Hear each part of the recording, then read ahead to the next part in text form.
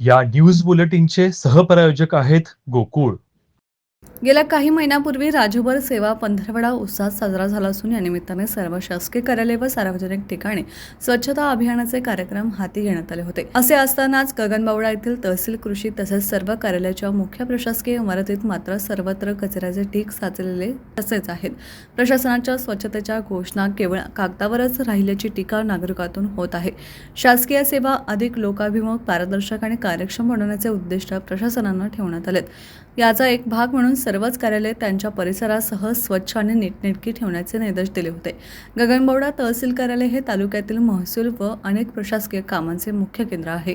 मात्र याच कार्यालयाच्या इमारतीमधील आणि परिसरातील दुरावस्था पाहता काही महिन्यापूर्वी राबवण्यात आलेल्या स्वच्छता पंधरवडा स्वच्छतेच्या या मोहिमेला हरताळ फासल्याचे स्पष्ट होते. तहसील कार्यालयाच्या व कृषी विभाग कार्यालय इमारतीच्या कॉरिडॉरमध्ये पायऱ्यांच्या कोपऱ्यात आणि काही रिकाम्या खोल्यांमध्ये जुने कागदपत्रे, वापरलेले साहित्य आणि अन्य कचरा मोठ्या प्रमाणात जमा झाल्याचं दिसून येत आहे.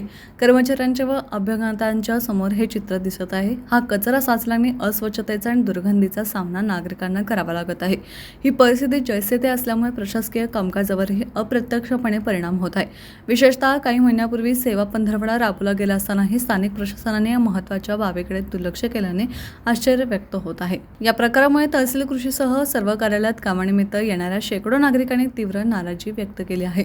स्वच्छतेच्या केवळ घोषणा करायच्या आणि प्रत्यक्षात मुख्य कार्यालयातच ही अवस्था ठेवायची हे योग्य नाही, अशी प्रतिक्रिया नागरिकांच्यातून बोलली जात आहे. तात्काळ या कचऱ्याची विल्हेवाट लावून तालुक्यातील सर्व कार्यालय आणि परिसराची युद्धपातळीवर साफसफाई करावी अशी मागणीही नागरिकांनी केली आहे. TV नेक्स्ट साठी गगनबावड्याहून महादेव कांबळे.